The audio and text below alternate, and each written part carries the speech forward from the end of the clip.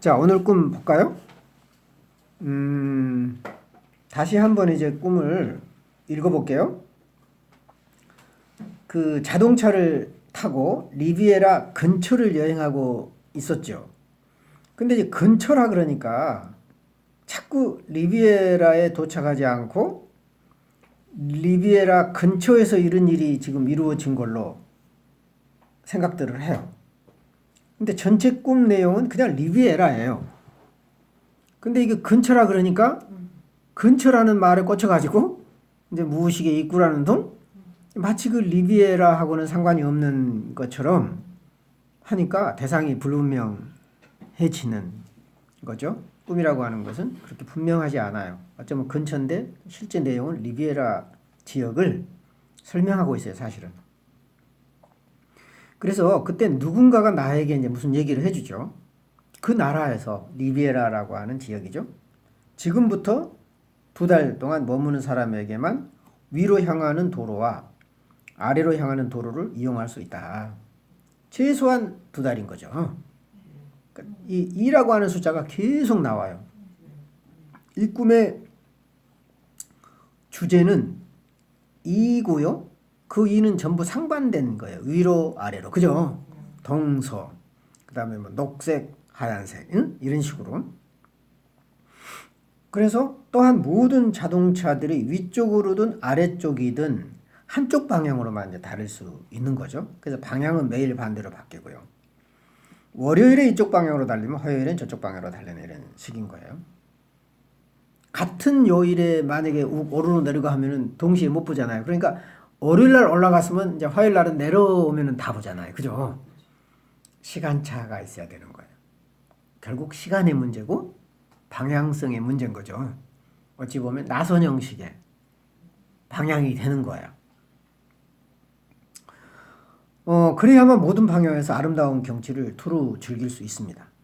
또 이제 그 어떤 사람이 누군가가 어떤 사람이 이제 같은 거겠지만 남북으로 갈린 그 두 길이 그려진 지도를 보여주죠. 지도 모양이 주로 이제 남쪽과 북쪽을 보여주는 그런 지도죠. 그리고 여기는 또 나중에 이제 동과 서를 알려주는 초록색과 흰색 원은 요일과 방문객이 지켜야 할 방향을 알려주고 있죠. 굉장히 그 질서정연하기도 하고요. 너무 질서적인 거죠. 어찌 보면 굉장히 어찌 보면은 균형과 조화라기보다는 딱딱한 균형, 좀 통제에 가까운 그런 이제 균형인 거예요. 어찌 보면. 그래서 이것은 어쩌면 부드러운 역동적인 조화와 균형이라기보다는 마치 두 일방성이 교차되는 듯한 느낌도 줘요. 그러니까 상당히 지금 꿈자의 성향을 보여주면서 그러면 안 돼. 반대로도 봐야 돼. 이런 것 같아요. 그래서 보면 이제 동에서 서로 그리고 서에서 동으로 가는 이제 방향을 알려주는 거죠. 그런데 단기간 거기에 머무는 방문객들은 그 규정을 지킬 필요가 없어요. 이게 굉장히 헷갈리는 거죠. 아까 이제 그 이 선생님이 발표할 때도 그 아침에 온 사람이나 저녁에 온 사람이나 품값을 하루 품값을 다 주는 예수의 그 비유하고 비슷하다. 굉장히 불합리 이제 하잖아요. 그런 것하고 비슷한데 이건 약간 다른 게 오히려 반대죠. 그러니까 그 얘기는 뭐냐면 그냥 이런 거예요. 우리 이용구에도 그렇지만 오래 머문 사람이 돈을 더 내. 그리고 이제 이용구에 처음 온 사람이나 얼마 이제 들어오지 않는 사람은 그냥 돈 안 내고 그냥 맛만 보고 나가잖아요. 그죠? 그거하고 비슷한 거예요. 어찌 보면은 오래 머문 사람의 책임감이 강하고 그 집단이라든가 공동체를 더 사랑하고 책임과 의무도 더 많죠. 근데 되게 뜨내기들은 그런 책임과 의무가 없어요. 그냥. 그러니까 그 얘기는 뭐냐면 그 공동체 소속이 안 된다는 거죠. 그러니까 리비에라 사람이 되려면 대가를 치르라는 뜻이죠. 오래 머물러야 되고 세금도 내야 되고 주민세 뭐 무슨 세금 뭐 다 내야 돼요. 근데 여행자들한테 안 받잖아요. 한 2, 3일 있는 여행자한테 무슨 세금 받아요. 그러니까 프리인 거예요. 그러니까 이 세계에 너는 머물 것인가? 리비에라라는 세계에 머물 것인가? 그러면 희생을 치러야 되고 책임도 져야 되고 대가도 치러야 되는데 머물 생각이 없어? 그럼 빨리 가. 그냥 대충 구경하고 가. 그냥. 분석 작업도 그런 거죠. 그죠? 그래서 나는 단기 방문객이 마음대로 돌아다닐 수 있다는 것은 굉장히 비합리적이다. 오히려 단기에 있을수록 더 받아야 되고 오래된 사람한테 깎아줘야 되지 않냐. 뭐 이제 이렇게 현실적인 판단을 한 거죠. 또한 이 규정에 항의하는 방문객이 있다. 나와 같은 사람이 많죠, 사실은. 이렇게 생각하는 사람들이 많아요. 그래서 이 길을 6년 이상 여행하는 허가를 받을 경우에 돈을 또 내야 되죠. 사실은 융이 그랬다 그래요. 이 사람이 변화되기까지는 최소한 6년 걸릴 거다. 6년이라고 하는 숫자가 이제 그냥 나온 건 아니지만 적어도 우리는 6년이라고 하는 그런 연상이라든가 실제 분석 상황에서 일어나는 일을 모른다 하더라도 6년을 보면 상당한 시간 뭔가를 하나 이루어낼 만한 그런 시간, 또 창조 이야기에서도 6일 동안 일을 하고 7일째 쉬었듯이 어떤 완성될 수 있는 하나의 어떤 이제 그런 마감을 할 수 있는 그런 시기이기도 해요. 그래서 리비에라라는 곳을 찾아보니까 이제 지중해 연안의 해안인데 두 나라 프랑스하고 이탈리아령이 같이 붙어 있는 거죠. 그래서 동리비에라, 서리비에라로 이루어진 해안 도시다. 이거는 찾아봐야 돼요. 지역이 주는 이중성이에요. 이것도 둘이죠. 응? 그러니까 이런 부분은 꿈을 해석하는 데 상당히 중요한 역할을 할 수가 있어요. 자, 그래서 보면 꿈의 배경은 이중성으로부터 시작해서 종결 부분까지 이중성의 주제를 견지하죠. 왜냐하면 리비에라 자체가 이중성이니까 그때까지 그냥 2로 시작해서 2로 끝나다시피 그냥 그렇게 계속 가는 거죠. 그 2가 주는 게 뭘까? 이게 핵심인 거죠. 어찌 보면. 2가 배경이기도 하고 사망인 해석체가 되기도 해요. 결국은 놀라운 일이에요. 2라고 하는 숫자가 해석체예요. 2가 전체의 중심을 지금 흐르고 있는 그 원리예요. 그러니까 리비에라라고 하는 것도 2가 지배하고 있고요. 또 꿈 자아를 지배하는 것도 2가 지배해요. 대극의 합일. 그렇다면 그 2가 전체 원리가 되는 거고 해석의 원리가 되고 해석 항이 되는 거죠. 그게. 자, 왜 그런가 쭉 봅시다. 근데 이제 지중해 연안 도시인 그 리비에라인데 환자는 극락으로 이제 파라다이스로 비유를 했죠. 프랑스와 이탈리아에 속하는 두 지역으로 나뉘어져 있습니다. 이걸 보니까 물은 두 개로 나눠져 있지 않잖아요. 어찌 보면 물이 어쩌면 해안 영역을 감싸고 있는 듯한 게 느껴졌어요. 그래서 물과 해안의 두 영역은 1대2 구조다. 물이 만약에 이렇게 하나라면 육지는 뒤로 나눠지는 마치 그런 듯한 느낌. 그래서 바다로 인해 두 땅이 하나로 연결되어 있는 모습이다. 마치 의식과 무의식이 전체 정신으로 대변되는 대양으로 통합을 이루고 있는 것처럼 보인다. 꿈 자아는 양분된 지역인 리비에라 근처를 여행 중이죠. 정신의 중심에서 들려오는 누군가의 목소리가 지금부터 이 2달 동안 머무는 사람들만이 위아래 방향으로만 개통된 도로를 이용할 수 있다고 일러준다. 모든 자동차들은 한쪽 방향으로만 움직일 수 있다. 매일 달라지는 규칙대로 한쪽 방향으로만 갈 수 있는 도로는 환자의 양분화된 규칙성을 암시한다. 그러니까 어찌 보면 이것이요. 자연스러운 게 아니에요, 사실은. 어쩌면은 너의 일방적 정직성이 이건데 반대편도 봐 이런 어떤 그런 구도라는 거죠. 그래서 나름대로 위와 아래, 월요일과 화요일, 또 2달, 그죠? 이라고 또 단기 체류라고 하는 두 개의 선택 가능성은 있지만 그 둘은 서로 소통하거나 바뀔 수 없어요. 이 두 개가 서로 소통하거나 달라지거나 그럴 수는 또 없는 거죠. 어쩌면 평행선 같은 느낌도 있어요. 여기서는. 그래서 의식의 일방성은 변화무쌍하고 역동적인 무의식과는 결코 만날 수 없어요. 어찌 보면 무의식과의 단절 상태인 의식은 겉으로 보기에는 현실적이고 신념이 강한 것처럼 보이지만 실제로 무의식에 함몰되어 있는 거라고 같죠. 일방성은. 일종의 분열 상태인 일방성은 역동적 변화와 성장을 지향하는 정신세계의 원리와는 배치가 됩니다. 그러니까 지극히 기계적으로 짜여진 규정, 이게 이제 기계적인 거예요, 상당히. 그 짜여진 규정은 환자에게는 나름대로 안정성과 유익을 제공을 합니다. 양방향을 자유롭게 움직이지는 못하지만 매일 또 방향이 전도되잖아요. 그리고 양쪽 방향 모두를 그래서 관람할 수는 있어요. 비록 제한적이지만 규정만 잘 지키면, 어떤 규정이죠? 무의식의 규정이죠. 어찌 보면은 그런 대극을 다 경험해야 된다라고 하는, 어쩌면 이제 그런 이제 무의식의 규칙과 질서인데, 그래서 그 비록 제한적이지만 규정을 잘 지킬 때 획득되는 이익을 내담자가 활용할 수도 있겠다. 이런 것을 꿈이 암시하는. 어쩌면 내담자가 나름대로 이걸 해보려고 노력하고 있는지도 몰라요. 지도는 내담자를 안내하는 정확하고 분명한 표지판으로 작용해요. 지도도 사실은요, 굉장히 엄격한 질서를 의미할 수도 있어요. 오차가 하나도 없거든요. 지도는 굉장히 정확하고 엄밀한 그런 성격을 의미할 수도 있어요, 지도가. 그래서 정해진 길과 정해진 시간을 이탈하는 것은 그에게 곧 재앙이죠. 상당히 오랜 기간을 걸쳐서 형성된 내담자의 생존 전략을 엿볼 수 있다. 위와 아래, 녹색과 흰색으로 대변되는 생명과 죽음의 대극성은, 녹색이 생명이고 흰색은 죽음의 색이죠. 그래서 생명과 죽음의 대극성은 내담자의 정신세계가 양분화되어 있음을 보여준다. 그럼에도 불구하고 한쪽 방향으로 된 두 길은 조화를 이루며 두 측면을 보게 합니다. 이제 양쪽에 보면 좋은 거예요. 꿈은 두 길을 통해서 양면을 보게 하려는 의도가 분명히 있어요. 그죠? 두 개를 다 보여줘서 봐라. 문제는 이런 불합리한 규정에 환자가 저항하고 있다는 점이에요.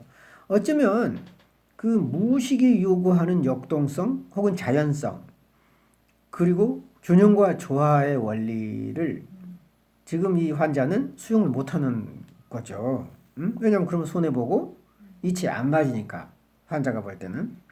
그래서 리비에라 지역에 단기간 머무는 사람에게는 이런 규정이 해당되지 않아요. 그들은 이 규정에 얽매이지 않고 자유롭게 여행할 수 있어요. 반면에 비교적 장기인 2달 머무는 사람은 위아래 방향으로만 개통되는 도로를 규정에 맞게 이용해야 돼요. 그것도 자기 마음대로 하는 게 아니고. 더구나 이 길 6년인데 2, 3은 6이죠. 이것도 둘이 3번, 2가 이제 3번 가는 거예요. 6년이. 여행 허가를 받는 경우에는 돈을 내야 돼. 환자가 보기에는 지나치게 불합리해요. 그곳에 오래 머물수록 더 많은 비용을 지불해야 한다는 신기한 여행지는 내담자에게 결코 이해될 수 없는 비합리적 처사임이 분명하다.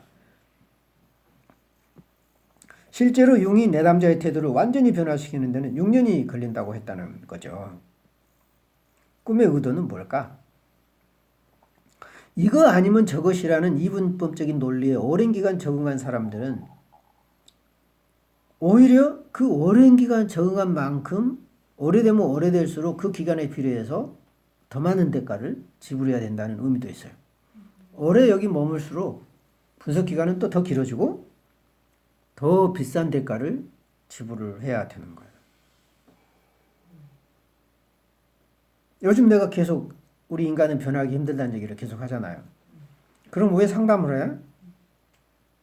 이제 그러더라고요, 어떤 사람이. 그래서 잠시 숨을 고르는 거지 뭐. 잠시 숨을 고르는 거예요. 근본적인 변화의 필요성을 느끼지 못해요, 우리는. 왜냐하면 그 근본적인 변화가 오면 위험하거든요. 왜? 거기에 대한 대안이 없기 때문에. 그러니까 근본적인 변화를 하기 위해서는 대안이 있어야 되고, 어쩌면은 그 대안을 제시해 주거나 도와줄 사람이 옆에 있으면 괜찮아요. 그러면 변화해도 덜 무서워요. 근데 변화하지 않으려고 할 때는 대안이 없기 때문에 그래요. 그래서 썩은 기둥이라도 붙들고 있어야 돼요. 그래서 같이 쓰러져서 썩은 그 기둥과 같이 쓰러져 죽더라도 그냥 그 썩은 기둥을 붙들고 있는 거죠. 어찌 보면 그게 인간일 같아요.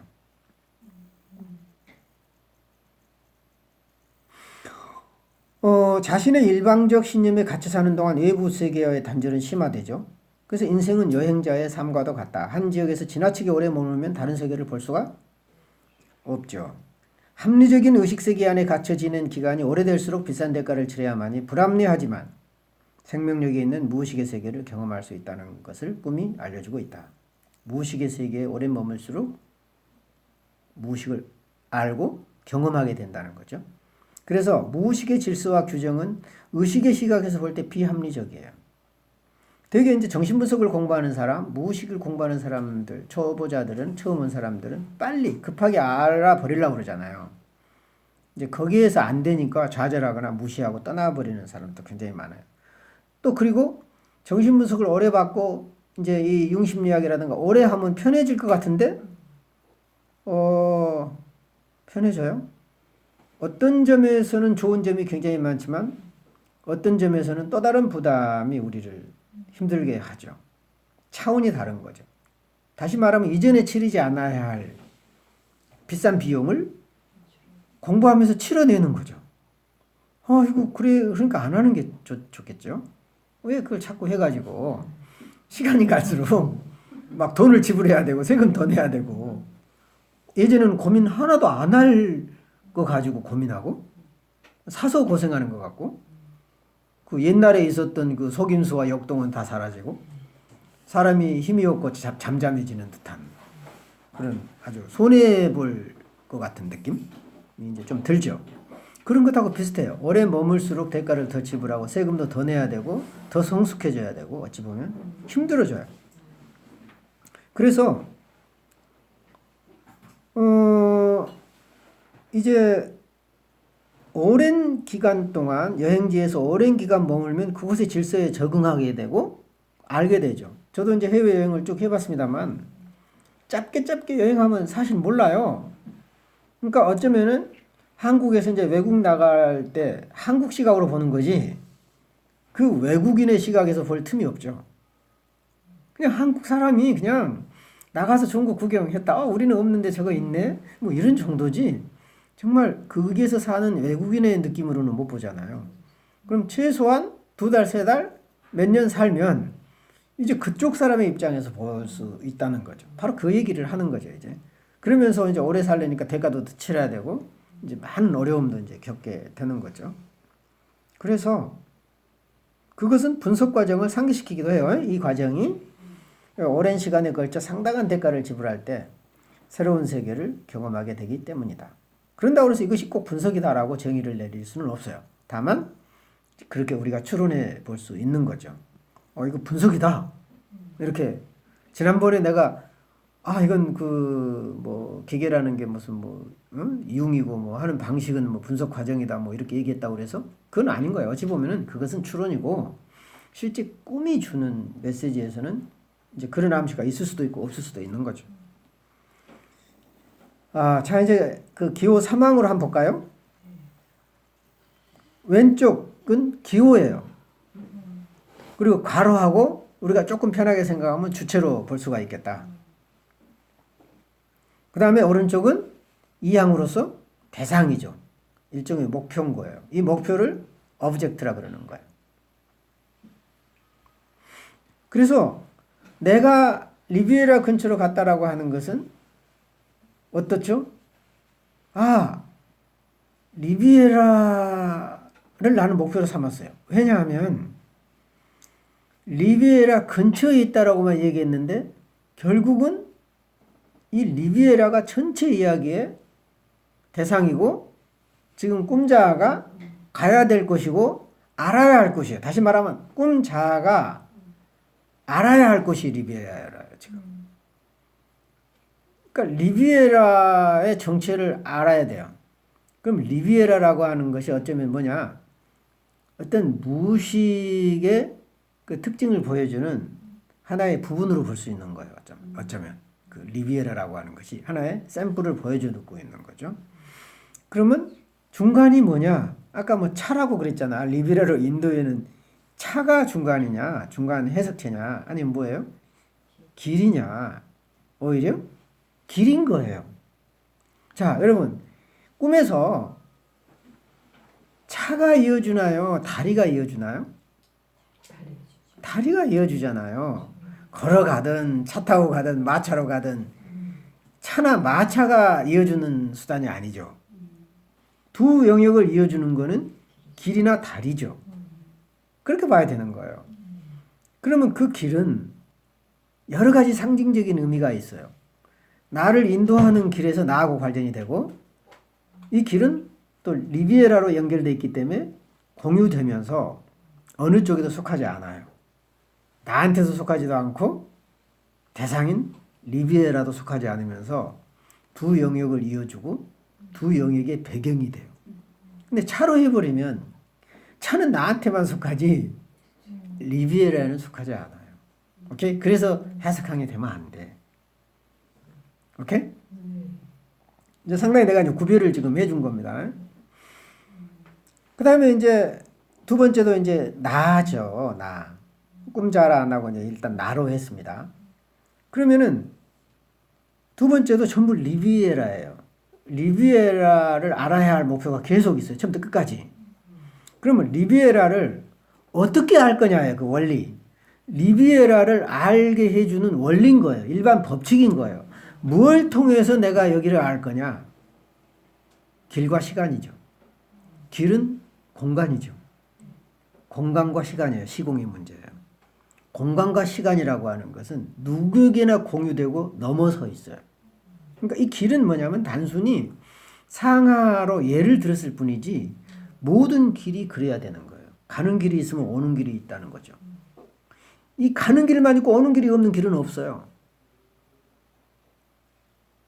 그렇죠. 그래서 이 길이 주는 상징성이라고 하는 것은 오고 가는 것이 길이지 가는 것만이 길은 아니거든. 늘 길이라는 말 속에는 오고 가는 거예요. 모든 관계의 기본 원리인 거죠. 주는 것이 있고 받는 것이 있고 어찌 보면 소통하는 이제 소통이잖아요. 위와 아래의 소통.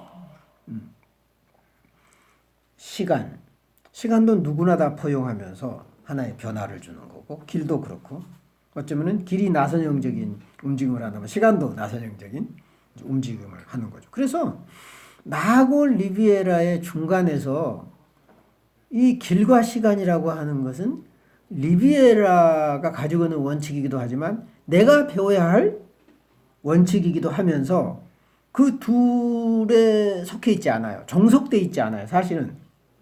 그러니까 길과 시간이 리비에라의 원칙이긴 하지만 그것은 리비에라에 한정되는 건 아니잖아요.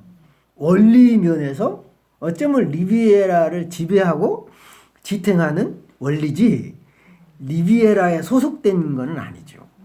그래서 명실공히 이 길과 어쩌면은 시간이라고 하는 것은 중간항, 해석체, 딱 맞는 것이 된다. 그래서 이제 이걸 보면은 나라고 하는 것을 기호로 말하면 두 영역을 경험하고자 하는 거죠. 이제 무의식의 세계를 경험하고자 하는 나, 그지? 이제 그게 이제 기호가 되겠죠.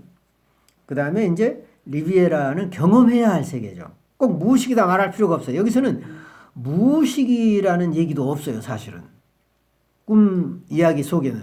그러니까 자꾸 이것을 무의식이니 뭐 분석이니 이렇게 환원해서 쓰면은 해석이 비끌려 나갈 수 있거든요. 그러니까 어찌 보면은 두 영역을 경험하고 싶은 나. 이게 중립적인 언어인 거예요. 아, 의식과 무의식을 뭐 경험하고 싶다. 이러면 이미 해석이 들어가 버리는, 있는 그대로 말하지 않는 거죠. 그 다음에 경험해야 할 세계, 가로하고 이건 무의식, 그지? 그러면 그 원리는 뭐냐? 두 세계는 만나야 온전해진다라고 하는 대극의 하빌의 원리가 여기에 작용하고 있다. 그것은 길이 두 개고 시간이 두 개인 거다고 또 만나고 있고 그것을 종합해 놓은 게 맨 위의 길이고, 그지? 이렇게 지금 기가 막히게 지금 이게 그 연속성을 가지면서 통합성을 쭉 가져요. 마치 그냥 짜고 치는 그 고수업 같이 느껴지잖아요. 근데 이게 처음부터 이렇게 나온 게 아니고 계속 이제 짜보는 거죠. 어느 정도는 약간 조작적인 면이 좀 있어요. 왜냐하면 대안은 여러 가지니까. 그러니까 여러 가지 대안 속에서 이것을 만지작거려가지고 이런 구도 속에 넣어보는 거죠. 정교하게 넣어봤을 때, 아, 의미가 통한다 그러면 잘한 거예요. 근데 이렇게 억지로 맞췄는데 안 맞아, 의미가. 안 통하면 틀린 거죠. 그렇게 봐야 돼요. 그래서 보시면 반전에 가면 이제 내가 또 이제 이 기호가 되고 리비에라가 대상이 되죠. 그 사이에 뭐가 있어요? 지도가 있죠. 남북, 동서, 초록과 흰색. 이것도 이제 대극의 연합이라고 하는 똑같은 이전 상황과 똑같은 원리가 있어요. 그 다음에 또 나가 나오고 리베라가 있는데 시간에 대한 얘기가 나오잖아요. 그러니까 단기체류냐 장기체류냐 이것도 또 대극의 그 하빌이라고 하는 그런 어떤 원리가 들어가 있어요. 그렇다고 한다면 해석체 중간을 보세요. 처음에 길이 나왔잖아요. 길을 세분하게 설명한 상하. 길과 또 시간이 나오는데 그 밑에는 지도와 시간으로 또 나오잖아요. 똑같이 반복하고 있어요, 지금. 너무 정교해요. 그 두 개의 패턴이 시간과 장소로 요약되어 있고 또 나중에도 시간과 장소로 끝나고 장소는 길로 대변되고 있잖아요, 지금. 그래서 이 중간항이 그 해석체로서 분명한 지 역할을 하고 있다. 그래서 이 길과 시간이라고 하는 것은 기호하고도 해당이 되고 대상인 리비에라도 해당이 되는 그러면서도 독립되어 있어요. 어느 것에도 종속되어 있지 않아요. 내가 리비에라에 종속되어 있지 않고 리비에라가 나한테 종속되어 있지 않아요. 그죠? 그러면 기호도 이제 홀로 존재할 수 있고 대상도 홀로 존재할 수 있는데 그 둘이 만나면 의미를 창출해요. 대극의 하빌이라고 하는 균형과 조화라고 하는 전체성이라고 하는 의미를 창출하게 되고 그것은 일반 법칙이에요. 이것은 어떤 컴플렉스가 아니에요. 지금 환자 개인의 컴플렉스를 보여주는 꿈이 아니에요. 이 꿈은 굉장히 원형적이고 모든 사람들에게 적용되는 일반적인 무의식의 법칙을 보여줘요. 하나의 교과서 같은 거예요. 개인의 컴플렉스가 아닌 거죠. 그런데 이것이 이제 만약에 중간항이 그 개인적 신념으로 전부 이어져 있다 그러면 이 사람의 컴플렉스를 보여주는 거예요. 오케이? 이해가 가시죠? 그래서 이제 보면은 나는 현재 세계에 있는 나 이렇게 얘기할 수 있겠죠.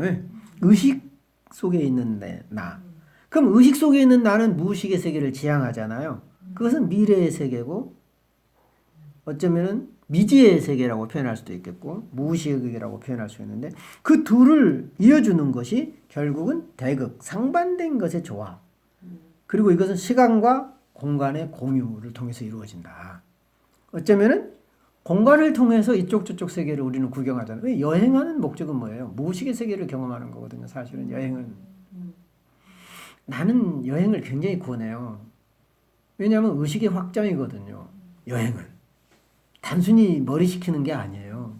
내가 전혀 모르는 세계, 한 번도 경험하지 못한 세계. 그래서 우리가 여행, 특히 외국 여행하면요. 이상한 꿈 굉장히 많이 꿔요. 나 같은 경우도 뭐 한 번도 꿔보지 못한, 와, 놀랬어요.